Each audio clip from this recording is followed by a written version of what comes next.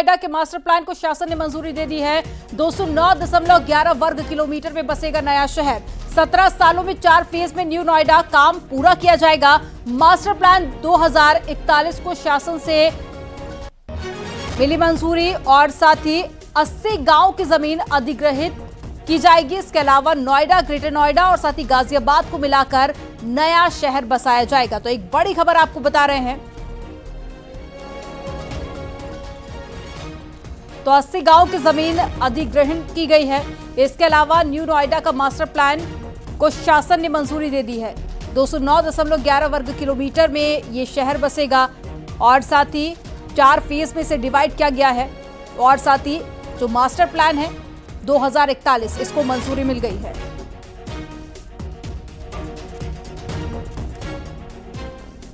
तो 80 गांव की जमीन अधिग्रहित की जाएगी और साथ ही इसको लेकर मास्टर प्लान पहले ही तैयार हो चुका था, जिसको अब मंजूरी भी मिल गई है।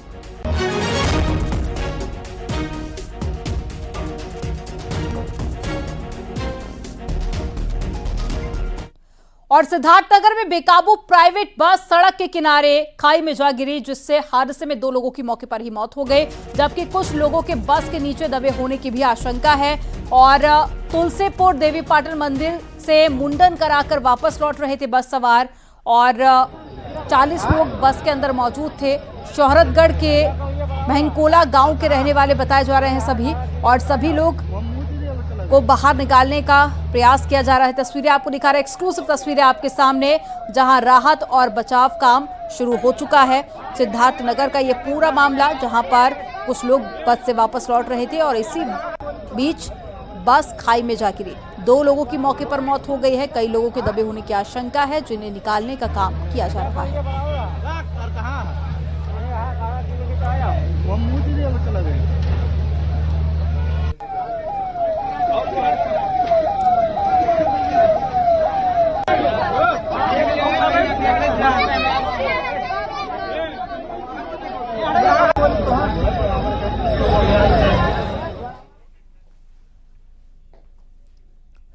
और चलिए आप शुरुआत करते हैं खास शो डायल 112 की।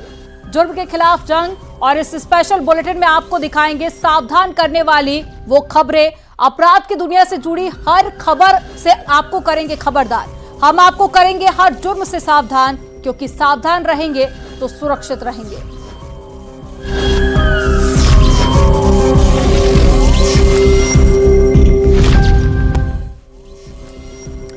बॉलीवुड के सुल्तान सलमान खान को एक बार फिर से धमकी मिली है। मैसेज भेजने वाले ने खुद को लॉरेंस गैंग का सदस्य बताया। शिकायत के बाद में मुंबई पुलिस ने वर्ली थाने में अज्ञात लोगों के खिलाफ मामला दर्ज कर लिया है। क्या है ये पूरा मामला, एक रिपोर्ट में आपको दिखा दिया।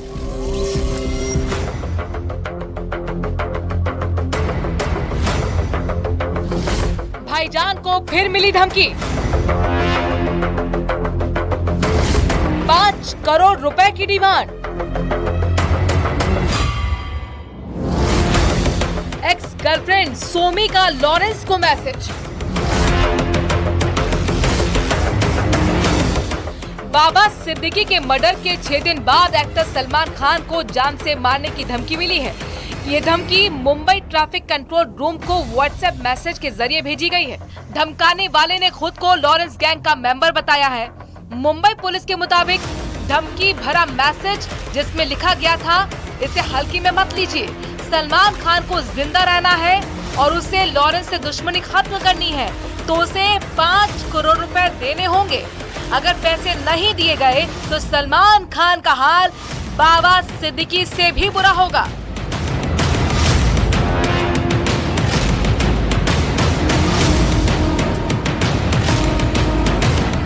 मुंबई पुलिस मैसेज भेजने वाले को ट्रैक करने में जुटी है। इसको लेकर मुंबई के वर्ली पुलिस थाने में एफआईआर दर्ज कर ली गई है। इधर धमकी के बाद बॉलीवुड स्टार सलमान खान के घर की सुरक्षा बढ़ा दी गई है। सलमान खान की सुरक्षा और भी ज्यादा पुख्ता कर दी गई है। आज सुबह एक और सलमान खान को धमकी वाला मैसेज मुंबई ट्रैफिक पुलिस के हेल्पलाइन नंबर पे आता है और साफ तौर पे कहते हैं उस मैसेज में कि सलमान खान ने अगर 5 करोड़ रुपए नहीं दिए तो उन्हें मौत की घाट उतार दिया जाएगा और उस मैसेज को बिल्कुल भी हल्के में ना लें। इस मैसेज में भी लॉरेंस बिश्नोई का नाम बताया गया था, जिसके बाद पुलिस और ज्यादा हाई अलर्ट पर है। मुंबई के बैंड्रा वेस्ट इलाके में जहां पे सलमान खान का घर है, गैलेक्सी अपार्टमेंट, उस अपार्टमेंट के अंदर और बाहर मुंबई पुलिस का कड़ा बंदोबस्त है। आप साफ तौर पे देख सकते हैं कि किस तरीके से जो मुंबई पुलिस के जो लोग हैं वो 24 घंटे गैलेक्सी अपार्टमेंट के अंदर बाहर सुरक्षा में रहते हैं। सोफिस्टिकेटेड वेपन AK-47 जैसे हथियारों से 24 घंटे यहाँ पर लैस रहते हैं और पुलिस की गाड़ियां यहाँ पर 24 घंटे मौजूद रहती हैं। जिस तरीके से बाइकर्स आए थे, फायरिंग करने के बाद फरार हो गए थे, उसके बाद मुंबई पुलिस ने देखिए किस तरीके से जो सड़क पर बैरिकेडिंग लगाई हुई है और जो मेन रास्ता है, जो वन वे का पहले वन वे था, उसे भी पूरी तरह से कॉर्डन ऑफ कर दिया गया है। लगातार सलमान को धमकियां मिल रही हैं। उधर इससे पहले सलमान खान की एक्स गर्लफ्रेंड सोमी अली ने गैंगस्टर लॉरेंस को एक ओपन लेटर लिखा है। यूएस में रहने वाली सोमी ने सोशल मीडिया पर एक पोस्ट शेयर करते हुए लॉरेंस से गुजारिश की है कि वो उनसे जूम कॉल के जरिए बात करें। सोमी ने इस पोस्ट में ये भी लिखा है कि वो राजस्थान में बिश्नोई समाज के मंदिर में जाकर पूजा भी करना चाहती हैं। सोमी ने लॉरेंस से उनका मोबाइल नंबर भी मांगा है। एक्ट्रेस ने लिखा, ये लॉरेंस को डायरेक्ट मैसेज है कि सोमी ने अपने इंस्टाग्राम अकाउंट पर लॉरेंस का फोटो शेयर किया। इसके कैप्शन में उन्होंने लिखा, ये लॉरेंस बिश्नोई को डायरेक्ट मैसेज है।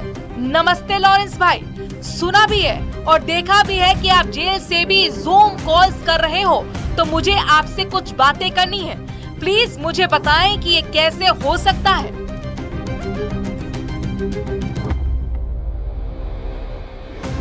एक और सलमान के दुश्मन उन्हें अपने टारगेट पर लिए हुए हैं, तो दूसरी तरफ उनके चाहने वाले सलमान को लेकर चिंतित है। इधर पुलिस पूरे मामले में तहकीकात कर रही है। Bureau report, news 18 Rajasthan.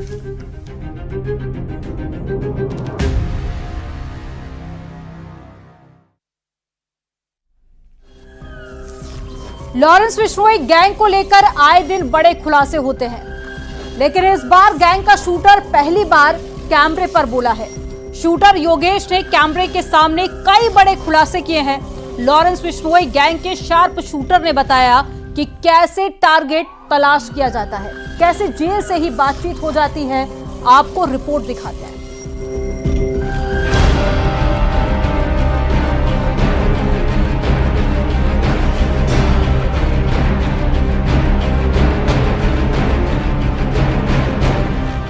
नाम योगेश उर्फ राजू, काम शार्प शूटर, गैंग हाशिम बाबा।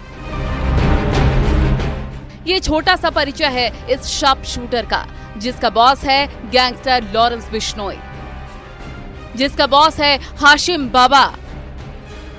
दिल्ली पुलिस के स्पेशल सेल और मथुरा पुलिस के ज्वाइंट ऑपरेशन में इस शूटर को एनकाउंटर में गिरफ्तार किया गया था। अपराध की दुनिया में नाम कमाने की सनख रखने वाले शूटर योगेश ने कैमरे के सामने कई बड़े राज उगले हैं। योगेश ने कैमरे पर बताया कि कैसे टारगेट की तलाश होती है, कैसे किसी को निपटाया जाता है, कैसे जेल से बातचीत होती है। गैंग के शार्प शूटर योगेश ने एक एक चीज का खुलासा किया है।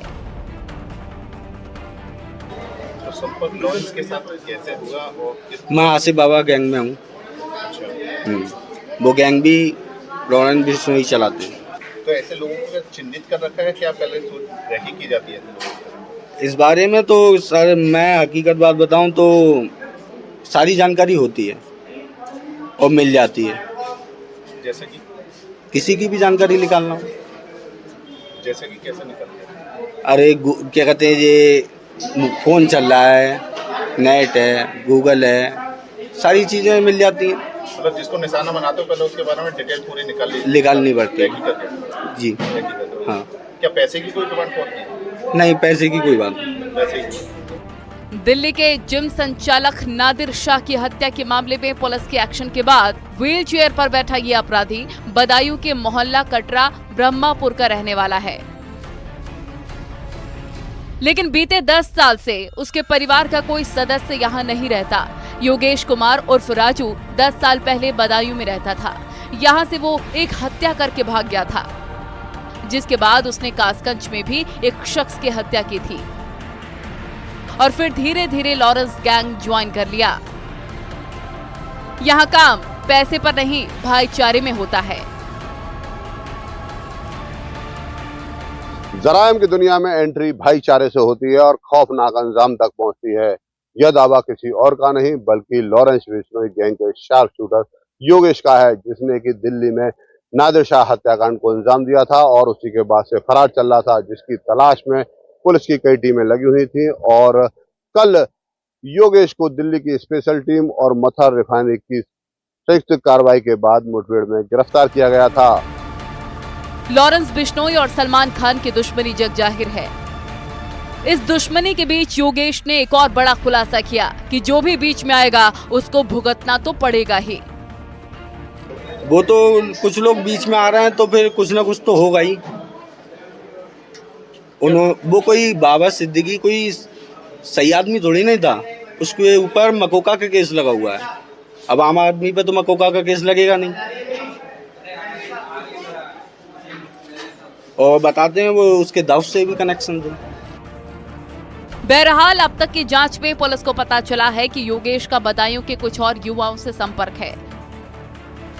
अब वो जब भी बदायूं आता था तो किससे संपर्क करता था, इस मामले की जांच में पुलिस जुट गई है।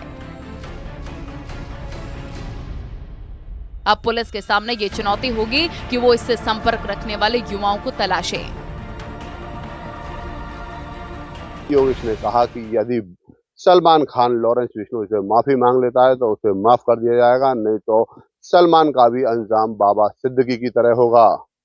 पुलिस कस्टडी में योगेश ने जो खौफनाक कहानी बताई और अपने मंसूबे बताए वो काफी चौंकाने वाले थे। और अब ऐसे में देखना होगा कि आखिर उन पुलिसकर्मियों पर क्या कार्रवाई होती है जिनकी कस्टडी में योगेश था और अपने मंसूबे बताता रहा। नितिन गौतम, न्यूज़ 18, मथुरा।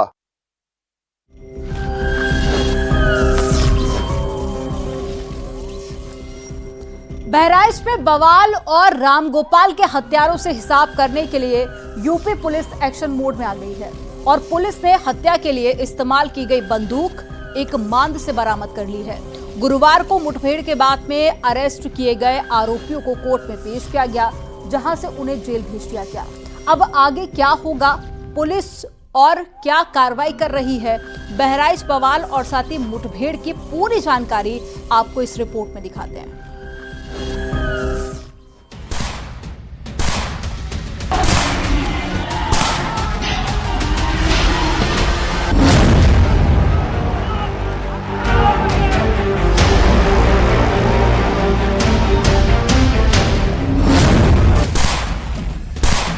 बहराइच में मूर्ति विसर्जन के दौरान 13 अक्टूबर को हुई हिंसा में रामगोपाल मिश्रा के हत्या आरोपी सलाखों के पीछे है। हत्या में जिस बंदूक का इस्तेमाल किया गया था उसे पुलिस ने बरामद कर लिया है। आरोपियों ने बहराइच के जंगलों में इस बंदूक को भेड़िए की मांद में छिपा कर रखा था। पुलिस जब इस हथियार को बरामद करने गई थी तभी दोनों आरोपियों ने पुलिस पर इसी लोडेड गन से फायरिंग कर भागने की कोशिश की थी। पुलिस ने भी तुरंत गोली का जवाब गोली से दिया और 2 आरोपियों के पैर में गोली लगी और हथियार के साथ पकड़े गए। ये वो जगह है जहां पर आला कत्ल छुपाए जाने की बात कही जा रही है। आप देख सकते हैं कि ये किसी जानवर की मांद लगती है, चाहे सियार हो या भेड़िया। यहीं पर बताया जाता है कि जो आरोपी हैं उन्होंने आला कत्ल यानी कि जिस बंदूक से हत्या की थी उसको छुपाया था। यहीं पर जैसे ही उन्होंने बंदूक उठाई तुरंत पुलिस पर फायर किया और पुलिस ने भी जवाबी फायरिंग में गोली मारी जो कि उनके पैर पर लगी, जिसके बाद उन्हें मेडिकल कॉलेज में एडमिट कराकर उनका इलाज कराया जा रहा है। शुक्रवार को पुलिस ने आरोपियों को सीजेएम के सामने पेश किया, जहां से उन्हें जेल भेज दिया गया। हालांकि मुठभेड़ से जुड़े वीडियो आज भी सोशल मीडिया में चर्चा में, जिसमें दिख रहा है कि कैसे आरोपी माफी मांग रहे हैं। हम लोग देखो गलती नहीं करेंगे, अभी गलती नहीं करेंगे। क्यों गोली चला दी है पुलिस के ऊपर? सर हम लोग भागना चाह रहे थे कि फायर करके निकल गलत है ना? गलती वहाँ की, अपराध करो फिर दूसरी अपराध कर रहे हो। गलती हो गई सर। जब आला कत्ल बरामद करने के लिए इस स्थल पर पहुंची तो उन्होंने खुद फायर किया, जिससे आप अंदाजा लगा सकते हैं कि जो आरोपी हैं वो कितने मनबड़ हैं, कितने बेअंदाज हैं। जिसके बाद पुलिस ने भी सख्त कार्रवाई करते हुए जवाबी फायरिंग की, जिसमें दोनों के पैरों पर, सरफराज और तालिब के पैर पर गोली लगी। जिसके बाद उनको पकड़ा गया और फिर इलाज के लिए बहराइच के मेडिकल कॉलेज में एडमिट कराया गया। आप देख सकते हैं कि जो पुलिस के अधिकारी थे, जो जवान थे, वो इसी रास्ते से गोली लगने के बाद उन आरोपियों को ला रहे थे और आरोपी ये कह रहे थे कि उनसे गलती हो गई, वो नेपाल भागना चाहते थे, इसीलिए उन्होंने गोली चलाई। बहराइच को सुलगाने की कोशिश करने वालों के खिलाफ यूपी पुलिस एक्शन में है। मूर्ति विसर्जन जुलूस के दौरान रामगोपाल मिश्रा की गोली मारकर हत्या के मामले में एसटीएफ ने मुख्य आरोपी सरफराज और तालिब को मुठभेड़ में अरेस्ट किया है। सरफराज हमीद का बेटा है। बताया जा रहा है कि हमीद की छत से ही रामगोपाल को गोली लगी थी। दूसरी तरफ प्रशासन ने बहराइच हिंसा मामले के मुख्य आरोपी हमीद की प्रॉपर्टी की जांच भी शुरू कर दी है, जिसके बाद बुलडोजर एक्शन के कयास भी लगाए जा रहे हैं। बहराइच में 13 अक्टूबर को हुई हिंसा में गोली कांड और आगजनी में 7 लोग घायल हुए थे। घायल अब बहराइच मेडिकल कॉलेज से इलाज कराकर घर लौट चुके हैं। घायलों ने न्यूज 18 से खास बातचीत में पूरी घटना के बारे में बताया और पुलिस पर सवाल खड़े किए। उस दिन हम लोग माता जी के दरबार को लेकर साथ में पूरे गांव के लोग चल रहे थे और महसरुआ होते हुए, तहसील होते हुए महाराजगंज पहुँचे। महाराजगंज जैसे पहुँचे तो वहाँ पर अब्दुल हमीद का मकान पड़ता है। डीजे को लेकर के कुछ अराजक तत्वों ने उनके ऊपर ईंट पत्थर फेंक दिया। किसके ऊपर? डीजे पर। उसमें कुछ लोग और माता जी के ऊपर फेंक दिया तो हाथ टूट गया। इस प्रकार से घटना हुई तो पूरा हिंदू समाज मतलब धरने पर बैठ गया। बहराइच बवाल के आरोपियों से मुठभेड़, अरेस्टिंग और हथियार बरामदगी के बीच जुमे का दिन भी शांतिपूर्ण तरीके से बीत गया। पुलिस की सतर्कता और फुल प्रूफ प्लान से बहराइच में हालात पूरी तरह से नियंत्रण में है। बहरहाल आरोपियों की प्रॉपर्टी की जांच और घटना में शामिल अन्य आरोपियों की तलाश जारी है। देखना यह है कि पुलिस प्रशासन अब आगे क्या एक्शन लेता है। Bureau report, news 18।